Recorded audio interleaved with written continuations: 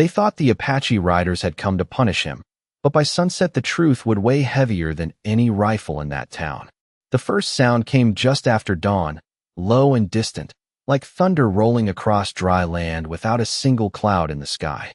One drum, then silence, then another. Slow, measured, intentional. Ethan Calloway stepped out onto the warped wooden porch of his small ranch house, a tin coffee cup warming his hands, his eyes narrowing toward the empty horizon stretching miles beyond his grazing fence. Out here, sound traveled strange. A hammer strike could carry a mile. A horse could be heard long before it was seen. And drums meant something older than maps and fences.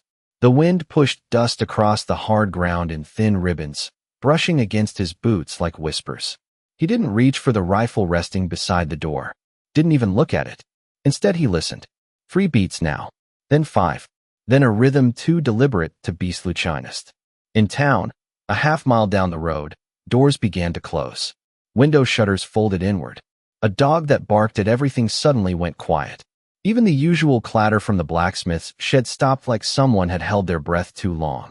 Ethan took a slow sip of coffee. Bitter, burned, familiar. He hadn't slept much. His shoulders still carried the dull ache of 30 hard miles on foot. His hands were blistered beneath the calluses earned from years of rope and saddle leather. A man could hide exhaustion from others, but not from himself. The drums continued.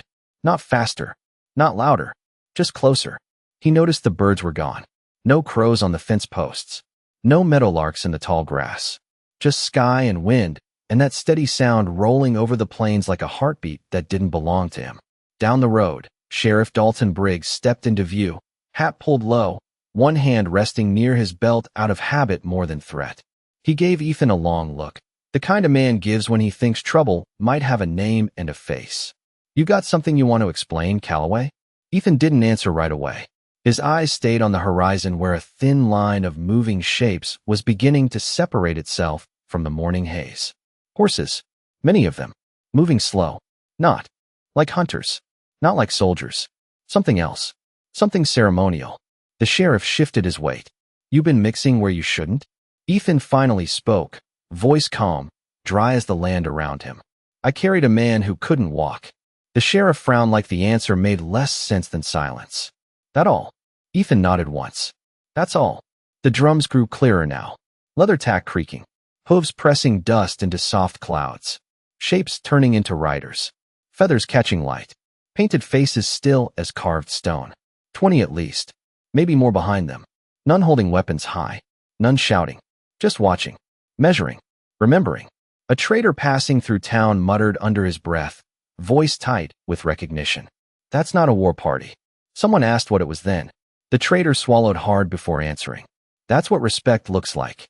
Ethan set his empty cup down on the porch rail, his breathing steady, his posture easy, like a man waiting for weather to pass. Only he knew this wasn't weather. And 3 days earlier, under a burning sun nearly 90 degrees and a sky that offered no mercy, he had made a simple choice that now rode toward him across 10 miles of open land. The riders did not rush the town, and that was the first thing that unsettled everyone. They moved at the pace of men who already knew how the story would end. Their horses stepped in quiet rhythm, leather straps whispering, small clouds of pale dust rising around their hooves and drifting away in the dry morning air. Ethan stood with his hands resting loosely at his sides, his hat casting a shadow across tired eyes that had seen too much sun and too little rest these past few days. He could feel every mile still sitting in his bones, a deep soreness earned honestly. Sheriff Briggs took 2 cautious steps closer. "You are telling me all this is because you helped an old man?" Ethan gave a small nod. "That is usually enough." The sheriff studied him like he was trying to measure something that could not be weighed. "You always this calm?" Ethan thought about that question longer than expected. A loose board creaked under his boot. The wind shifted. The drums stopped. That silence felt louder than the sound had been. "No," he finally said. "I just learned that fear does not fix anything." One of the townsfolk whispered from behind a half-closed door. Another man pulled his son inside the general store. Someone dropped a metal bucket, and the sharp echo bounced once then disappeared into the wide, open land. The riders stopped about 50 yards from the ranch fence. No one crossed the line. No one spoke. One older rider sat at the front, his long gray braid resting over his shoulder, his posture straight despite his years. Ethan recognized the face even from that distance. Not because he had seen it often, because some faces carried stories you did not forget. His mind drifted back without warning. 3 days earlier, midday heat pressing down like a heavy blanket. The kind of heat that made the air shimmer above the ground.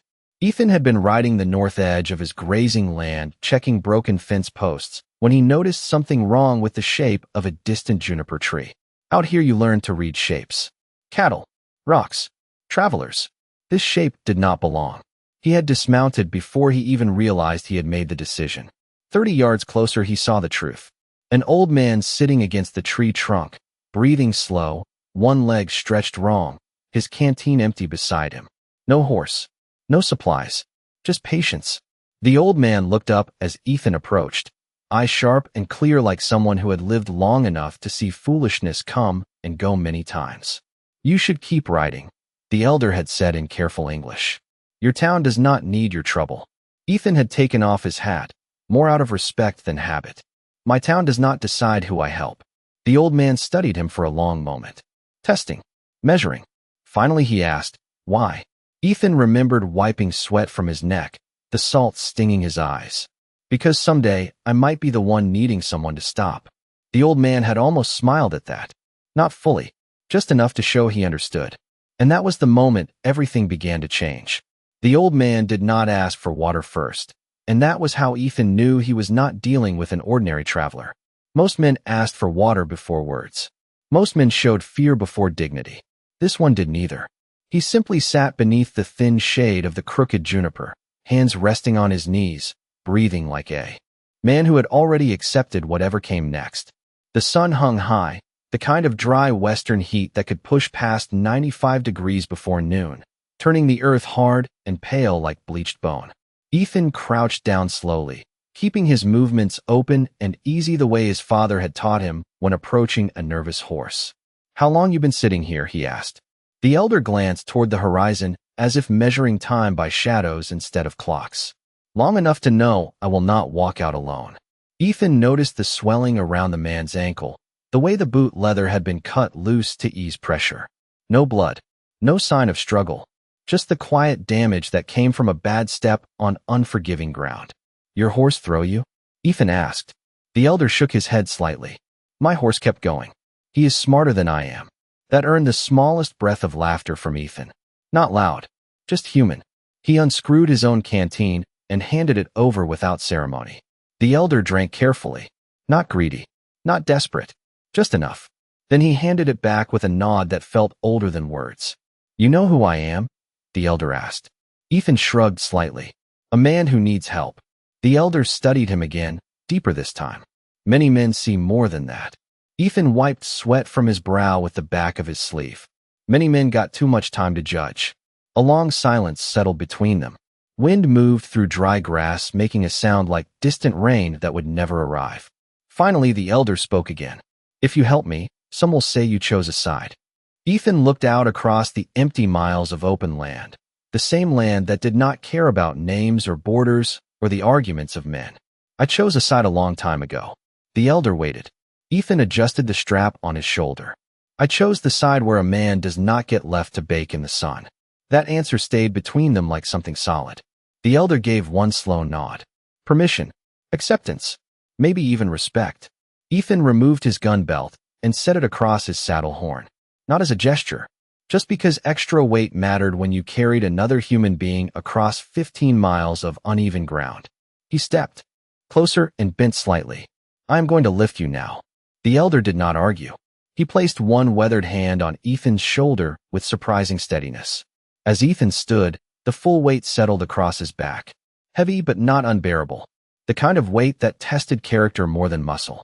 They began walking, one careful step at a time. Boots pressing into dust. Sun watching from above. No witnesses. No applause. Just a young rancher carrying a man whose stories were older than the fences stretching across that land. After the first mile, the elder spoke quietly near Ethan's ear. You walk like someone who understands promises. Ethan kept his eyes forward. My mother said a man only owns two things: his word and his footprints. The elder considered that. And which are these? Ethan answered without slowing. Both. I said I would not leave you. Now I have to prove it. By the second mile, the heat had turned the air into something thick enough to taste, dry and bitter like old copper. Ethan could feel the elder's breathing steady against his shoulder, slow and controlled, the kind of breathing learned by men who survived long winters and longer memories. Every few hundred yards, Ethan would shift the weight carefully, not to rest, but to make sure the old man did not feel like a burden. Pride mattered, even out here, especially out here. The ground changed as they walked, from loose dust to hard-packed clay scattered with sharp stones that pressed through the thin soles of Ethan's boots. Sweat darkened his shirt across the spine and chest, the fabric sticking to him like a second skin. After another mile, the elder spoke again, voice calm despite the long miles ahead. You carry like someone who has done this before. Ethan gave a small breath that might have been a laugh. Carried my father once. The elder waited. Ethan continued. Fever took him when I was 16. Doctor was 12 miles away. I made it 8. Silence followed that. Not uncomfortable, just honest. After a while, the elder said quietly, 8 miles is still an honorable distance. Ethan adjusted his grip slightly. Did not feel like it then. The elder answered, it rarely does. The sun climbed higher, pressing shadows down until they almost disappeared beneath their feet. Somewhere far off, a hawk circled in the empty blue. No other riders. No wagon tracks. Just distance in every direction. Around mile 5, Ethan's steps slowed slightly, not from doubt, just from the mathematics of exhaustion. The elder noticed. You may set me down. Rest. Ethan shook his head once. If I sit, I might stay sitting. That answer earned another almost smile from the elder. Around mile 7, they reached a dry creek bed where pale stones reflected the sunlight, so bright it forced Ethan to narrow his eyes. He stepped carefully between the rocks, boots scraping, breath deeper now, but still controlled. The elder reached into the small leather pouch tied at his belt and pulled out something wrapped in faded cloth. Take this. Ethan frowned slightly. What is it? Protection, the elder said simply. Ethan did not stop walking. I did not do this for payment. It is not payment. The elder paused. It is memory. After a moment, Ethan nodded and allowed the small bundle to be slipped into his shirt pocket without looking at it. That seemed to satisfy the old man. Around mile 10, the wind shifted and carried the faint smell of distant rain, even though the sky remained clear. The elder lifted his head slightly, sensing something Ethan could not yet read. They will know. Ethan asked who. The elder answered, those who listen when the land speaks. Ethan did not pretend to understand. He simply kept walking, step after step, promise after promise. By mile 12, his shoulders burned and his hands had gone numb, but his pace never broke. And somewhere in that long silence between footfalls, the elder said something so quiet Ethan almost missed it. Not all strength comes from the body. Ethan answered between breaths, good thing. Mine is about gone. By mile 13, Ethan could feel the tremors starting in his legs, small at first, like a loose wagon bolt you only noticed if you listened close. The land had begun to rise gently, long shallow hills that did not look like much until you had to climb them with another man's weight across your shoulders. The sky had turned that pale washed blue that came in late afternoon, when the worst of the heat began to loosen its grip, but the ground still gave back everything it had stored all day. Ethan's breathing came slower now, deeper, measured like a man counting out the last of his strength and deciding how to spend it. The elder remained quiet for nearly half a mile, then finally spoke. You can still turn back. You have already done more than most. Ethan did not answer right away. His boots pressed into the slope, small slides of dust following each step back down the hill. Finally, he said, if I turn back now, then every step before this was just practice. The elder considered that. Practice for what? Ethan answered, for quitting. And I am trying to get out of that habit. A warm wind moved across the grass, bending the tall yellow stems in one direction like a silent current in a dry ocean. Around mile 14, Ethan stumbled once, just a small misstep against a buried rock, but he corrected himself before the elder had to shift. You are running low, the elder observed. Ethan gave a tired smile the old man could hear in his voice. Been low before. And what did you do then? Ethan answered after a few more steps. Kept walking until I was not. The elder gave a soft breath that might have been approval. After another stretch of silence, he reached again into his small pouch and removed a single feather tied with a thin strip of red cloth. He held it where Ethan could see it near his shoulder. "Do you know what this means?" Ethan shook his head slightly. "No, sir. It means a man carried something heavier than himself and did not drop it." Ethan frowned slightly. "I have not earned that." The elder replied, "You earn it by finishing." Around mile 15, the land finally began to fall away toward the low valley where the first scattered cottonwood trees marked the edge of safer ground. Ethan could see the faint outline of smoke far in the distance, thin gray lines rising into the evening air. Signs of people, signs of arrival. His shoulders burned now like iron left too long in the sun. His hands had lost all feeling, but his steps stayed even. One more hill, one more 100 yards, one more promise kept. As they reached the edge of the valley, the elder spoke one more time, voice steady and certain. "When we reach my people, they will ask why you did this." Ethan did not hesitate. "Tell them the truth." "And what is that?" Ethan answered simply. "You look like someone my father would have helped." The last stretch down into the valley felt longer than all the miles before it, not because of distance, but because Ethan could finally see the end of the promise he had made. The ground softened under his boots as dry dirt gave way to patches of grass and scattered stones worn smooth by seasons of rain that only came a few times each year. The cottonwood trees stood quiet and tall ahead, their leaves whispering softly in the late afternoon breeze like they were sharing news carried across the plains. Ethan slowed only slightly as he approached the first sign of the elder's people, not from fear, but from respect. You did not rush into another man's home, even if that home had no walls. The elder lifted his hand slightly, a small signal Ethan did not yet understand. From somewhere beyond the trees, 3 figures appeared on horseback. They did not charge. They did not shout. They simply watched, their posture calm, their eyes sharp. Men who had spent their lives learning the difference between danger and intention. Ethan stopped about 30 yards away and carefully lowered the elder to the ground, slow and steady, making sure his injured leg touched gently. For the first time since the journey began, the full weight left his shoulders. His arms felt strangely light, almost uncertain what to do without the burden they had accepted. He stepped back one pace, not as retreat, but as acknowledgement. The 3 riders approached at a walk, their horses breathing slow, reins loose. One of them, a broad-shouldered man with silver worked into his long dark hair, looked first at the elder, then at Ethan, then back again. A silent question passed between them. The elder spoke first in his own language, his voice calm, but carrying authority that needed no volume. The riders listened without interruption. Their expressions changed not with surprise, but with understanding. When the elder finished, the broad-shouldered rider nodded once and turned his attention fully to Ethan. His English came careful and direct. "You carried him alone?" Ethan nodded once. "Yes, sir." The rider studied him another long moment. "Many would not." Ethan answered simply. He would not have made it otherwise. That seemed to be enough. No more questions came.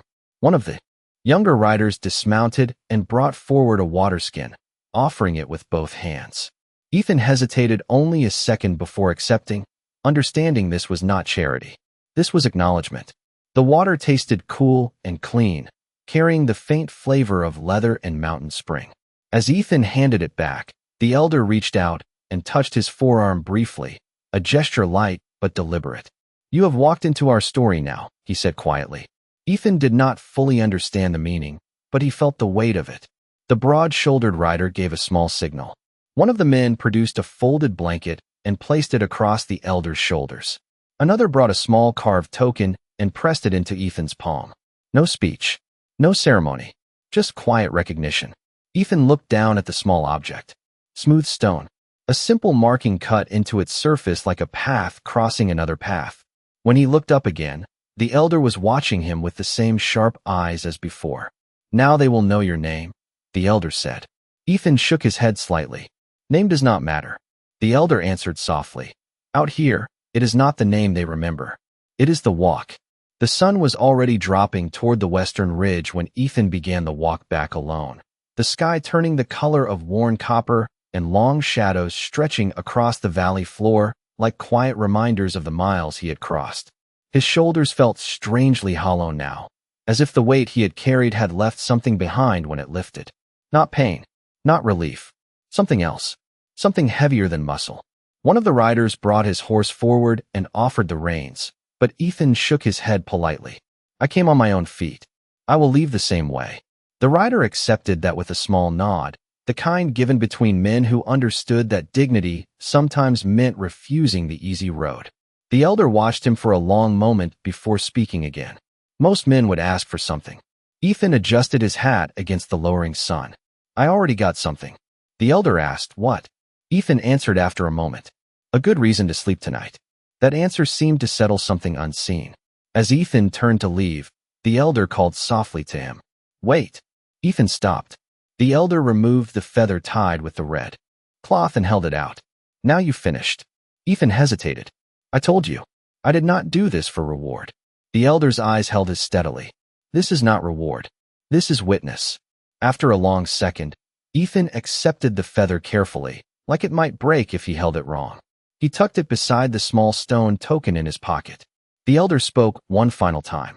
When the drums speak tomorrow, do not be afraid. Ethan frowned slightly. Drums. The elder only gave the smallest hint of a smile. Every good action makes a sound. Sometimes it just takes a day for the echo to reach you. Ethan did not ask more. Some things out here were not meant to be explained, only lived. The walk back felt shorter, though his body was twice as tired. The air cooled as evening came, bringing the smell of sage and distant water. At the edge of his land, he paused and looked back once. The riders were already gone into the growing dark, like they had never been there at all. Only the faint line of smoke remained to prove the moment had been real. By the time Ethan reached his small ranch house, the first stars were beginning to show. He washed the dust from his face using water from the pump, the cold shock bringing him fully back into his own quiet world. No crowd, no ceremony, just a man and his land again. Inside, he placed the small stone and feather on the rough wooden table beside his bed. He studied them only a moment before blowing out the lamp. Outside, the night stretched wide and silent. But far beyond the reach of his hearing, beyond the dark hills and empty miles of open prairie, hands were already preparing the drums. And when morning came, the sound would travel farther than Ethan Calloway could possibly imagine. Morning arrived quietly, the kind of pale gold sunrise that spread slowly across the plains like a promise being kept. Ethan woke before the light fully reached his window, the habit of ranch life pulling him from sleep before comfort could argue. For a moment, he forgot the miles, forgot the elder, forgot everything except the smell of dry wood and the faint creak of his small house settling in the cool air. Then he saw the feather and the carved stone resting on the table where he had left them. Proof that yesterday had been real. He washed his face at the basin, pulled on his worn boots, and stepped outside with the same simple plan as every other day. Check the fence line, feed the horses, keep moving forward. The first drumbeat reached him just as he closed the gate behind him. Low, deep, so distant it almost felt imagined. He froze, one hand still resting on the wood post. Another beat followed, then another, slow and steady like a second heartbeat beneath the morning wind. Ethan did not move. He remembered the elder's words. Do not be afraid. Down the road, town life hesitated. A woman sweeping her porch stopped mid-stroke. The blacksmith stepped out from his shed, wiping his hands on a cloth without realizing he had stopped working. Sheriff Briggs appeared again near the road, his expression tight, his eyes searching the horizon. The sound grew stronger. Not fast, not angry, just certain. A line of riders appeared first as shadows against the rising light, then as shapes, then as men. More than yesterday, many more. They rode in long, quiet formation across the open land, maybe 50, maybe more, their horses moving with the calm discipline of purpose. No one raised a weapon. No one shouted. They simply came. The drums stopped the moment the riders reached the edge of Ethan's property. Silence felt like a held breath. The lead rider dismounted first. Then another. Then another. One by one until a half-circle of quiet figures stood facing the small ranch house. Ethan stepped forward slowly, not in challenge, not in fear, just meeting the moment like a man meets weather. The broad-shouldered rider from the day before stepped forward. Our elder spoke your walk, he said. Ethan did not answer. The man continued. He said you carried more than a man. He said you carried respect. The rider reached into a leather satchel and removed something wrapped in cloth. He unfolded it carefully to reveal a simple woven sash marked with quiet patterns of red and earth brown. This is given to those who remember that strength is not for showing. It is for lifting. Ethan looked at the cloth but did not reach for it right away. I did what anyone should. The rider shook his head slightly. No, you did what few will. After a long second, Ethan accepted the sash. Not proudly, not humbly, just honestly. Around them, the riders gave a single nod together, not as a performance, but as agreement. No speech followed, no grand gesture, just a moment of understanding that needed no translation. Then, as quietly as they had arrived, they mounted again. The drums did not sound as they left. They did not need to. The echo had already reached where it was meant to go. After the riders disappeared beyond the long rise of the prairie, the silence that followed felt different than the silence before they came. It was not empty anymore. It carried something left behind, something invisible but solid, like the way a bell keeps ringing in your ears even after the sound is gone.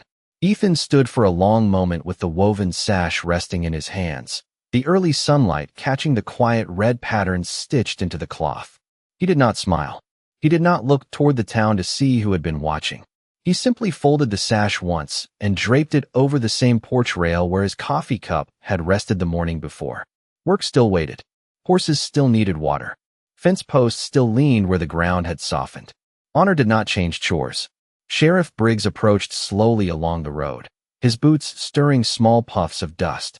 He stopped at the edge of the property like a man unsure if he was welcome or not. That was a large number of visitors, he said finally. Ethan nodded once. Yes, sir. The sheriff studied the empty horizon where the riders had vanished. They looked organized. Ethan answered. They looked grateful. The sheriff let out a slow breath through his nose, the kind a man makes when he realizes something he cannot argue with. You planning to tell anyone what happened? Ethan considered that while adjusting the strap on a loose fence rail. Nothing to tell. The sheriff frowned. You carried a man 15 miles. Ethan pressed the rail back into place and tested it with his hand. That is just walking. The sheriff almost smiled at that, but not quite. Most men do not walk that far for someone else. Ethan shrugged slightly. Maybe they should. The sheriff gave a small nod, then turned back toward town without another word. By midday, the story had already begun to travel anyway. Not because Ethan told it, because people had seen. A ranch hand passing through stopped to offer a respectful nod. The woman from the general store left a small sack of fresh biscuits tied to his gate without saying why.